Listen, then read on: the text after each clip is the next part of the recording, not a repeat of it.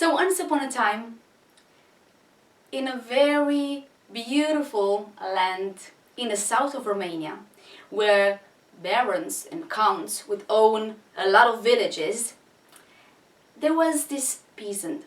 He was very humble. He had a very good heart, but so unlucky. He had many children and a lot of problems.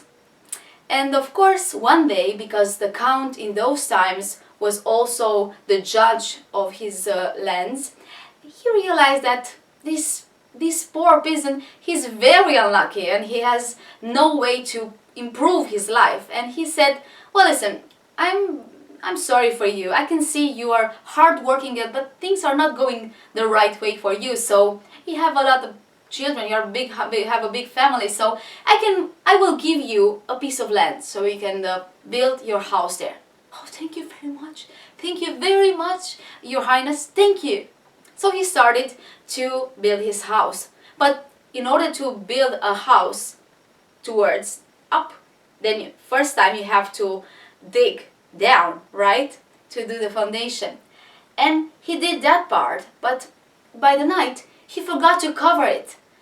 And next to him it was another peasant that was very rich. He had animals, he had lands, he was very rich. And one of his cows that night went along, and of course she could not see, and she just fell into the hole and died. The next morning the rich peasant said, oh, because of you, my family will starve because that was the best milk, the best cheese we had from that cow. Go with me now to the judge. You will have to be punished. You have to give me money. I have no money, I'm sorry. No, sorry. It's because of you, okay? So now my poor cow is dead. But I'm sorry, I don't have any money. I don't care. Let's go to the judge. So they went in front of the count. And the count realized that the rich peasant had a lot of animals, a lot of cows too. And he realized also that the poor peasant was actually guilty, but he tried to help him somehow. And he said, okay, I will ask you 3 questions, okay? And you have 3 days to think about it, and then come back and tell me the answers. And when you have the right answer, that person is gonna win this trial, okay? This judgment will be in favor of him. Okay, said the rich peasant. I have all the answer, no problem.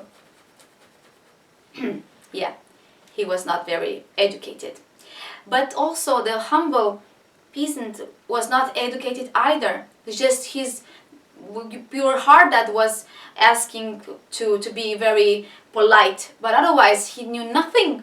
Okay, so they listened to the 3 questions. The first one, said the count, is to tell me, what is the fattest thing in the world?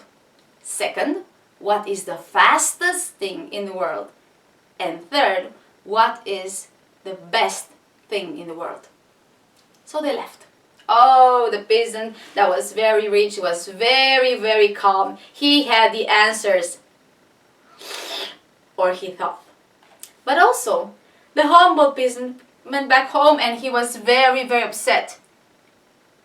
His daughter, the oldest daughter, who was about, 18 years old, and he had some school because she was reading. She was reading other books. She knew how to write. She went to school, and she said, "Father, maybe I can help you. Oh, just go back to your room. You know nothing. You're too young.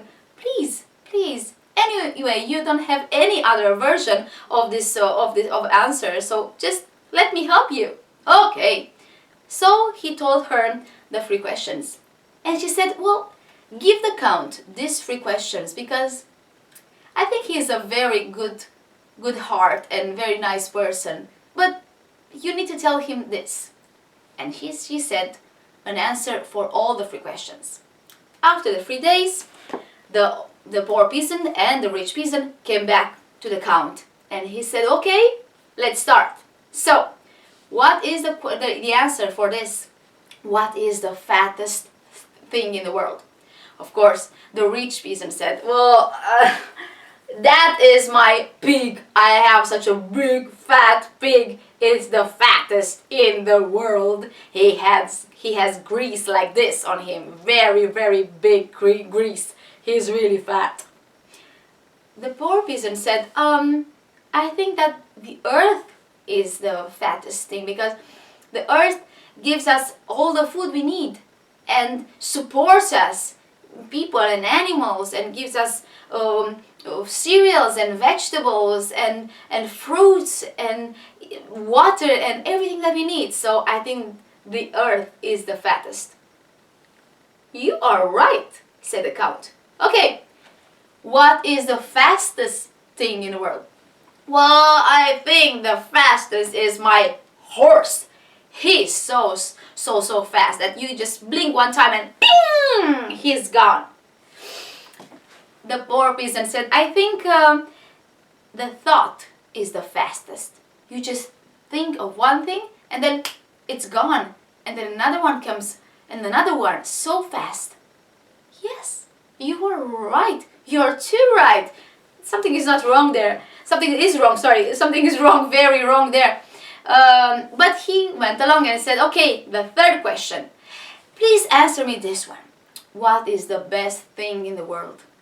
Of course, the best is your highness, said the rich peasant, because you are the best, your majesty. The poor peasant said, I think God is the best, because He gives us everything and He cares for us and loves us even when we are bad and when we are fighting and when we say bad words to each other. He's always loving us, even with our bad temper. And the count said, you are right. Okay, this judgment is done. The poor peasant is free to go. Oh! And of course, upset, the rich peasant had to go back home. But the count said, listen, you peasant, I think these answers did not came from your mind. Well, yeah, that's true, I'm sorry. It's my daughter. Oh, you have a daughter, he said. Yeah. She seems very smart. I didn't know this until now. Oh, but of course, you know, like in all nice romance story, this count was a bachelor and he was into getting married, of course. So he said, may I see your daughter tomorrow? Yes, of course, your highness. I will tell her to come. Oh, wait. I want her to come not dressed, but not undressed. I want her to come not on foot, but not riding either. I want her to come not on the road, but not outside the road. So go, tell her this, and she will have to come tomorrow, like that. The peasant was just concerned of remembering all these expressions that he had to tell them to his daughter, but the daughter was so calm and said, he's smart, I like him. So the next day, the count was waiting to see, and as he was watching at the window, he saw something really strange coming on the road towards the castle, because it was a human being, that's for sure, but the human being was wrapped around into a net, a fishing net, and she was not dressed but not undressed, because she was full of it all around. She was on a very small horse, like a pony, and because of the weight, sometimes she was just putting her feet down, foot down, and just walking, and then was on the horse. But also because all of it, sometimes they were on the road, sometimes outside the road, and she did it all. Of course, when the count saw her, so beautiful and so smart, like of course Romanian girls are, you can imagine, he had to marry her. And of course it was love at first sight. They were very happy together. But the count said, listen, you have everything All that I possess, it's yours. But just one thing do not do. Don't judge. That's mine to do, okay? Okay, said the new countess. I want to be the best wife because I love you and I will obey to you. That was a long time ago. Romanian girls don't do that now. No, I'm joking. They are. If a woman wants to have a wonderful marriage and have a lot of good connection with her husband, she will do that too.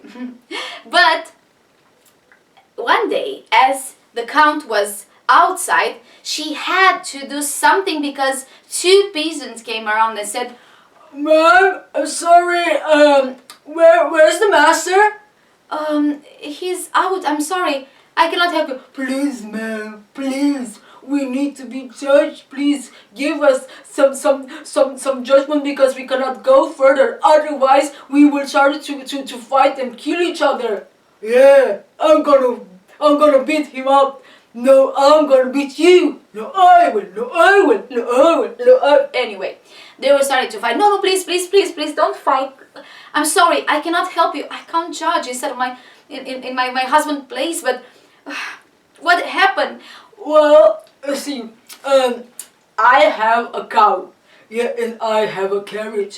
So, my cow was tied to his carriage. But as we were going over towards the market, yeah, we were together. My carriage, his cow. Yeah. So as we were going to the market, my cow gave birth to a cow, a baby, a little baby." "No, that's the problem," said another one. The other one, "My carriage gave birth to the baby cow." "No, my cow." "No, my carriage." "My cow, my carriage, my cow, my carriage, my cow, my carriage." "Oh, I'm sorry, stop, please. I cannot help you." Oh, she wanted to say something to judge that was so on her tongue, but she cannot say anything. So she said, "Sorry, I'm sorry. My husband is gone, if you understand this. He went because he was organizing a running competition with frogs that he's talking to them now." Okay. So they left. But as they were heading towards the door, he said, the first one said, "Listen, how can the master talk to frogs since when the frogs talk Romanian?"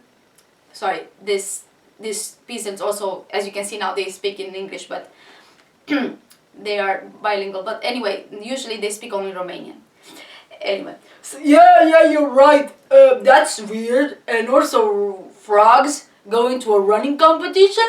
That's weird too.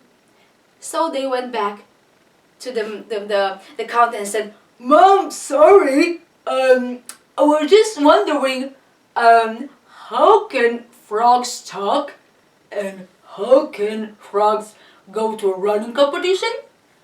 Well, the countess said, "I'm not sure. I don't know actually if they can talk or run, but I'm sure that a carriage cannot give birth to a baby cow." Yeah, you're right. You got us. Yeah. Let's be friends again. Yay! Okay. So the fight was gone and they are all friends again. Of course, when they go back to their houses, they spread the word all around. "The countess is judging. She is really smart. Go to the countess. She will help you. She will help you." This word came to the ears of the count. He came back home furious. "How can you do this? How could you do this? I asked you just one thing, not to judge instead of me. What are you doing?" I'm sorry. No, nothing. No sorry. Just get whatever you like from this house and just go. Go back to your house with your father. The countess was very sorry. She tried to not judge, but you could see those peasants were about to kill themselves. Anyway, she said, "Okay, I will go, my love, but don't call me, my love, please just take whatever you want to and just go. I don't want to see you anymore. And she said, can I just ask you one favor? What? Can we just throw a party? What? The last party, okay? With our friends. And then I will go. Just take whatever I want to and I will go back to my father's house. Okay, said the count. Okay. So they had a wonderful party in the evening. All their friends were there, and the countess, she was always next to the count, and she would pour him some wine and said, please, for the last time, let's drink together. Okay. Cling, cling. But the count drank all the wine, and the countess, just a little sip, that's it. And then another one, glass of wine she poured, and he drank it all, and she just a little bit, and then another one, and she a little bit. Of course, the count started to be very, very happy, very loose.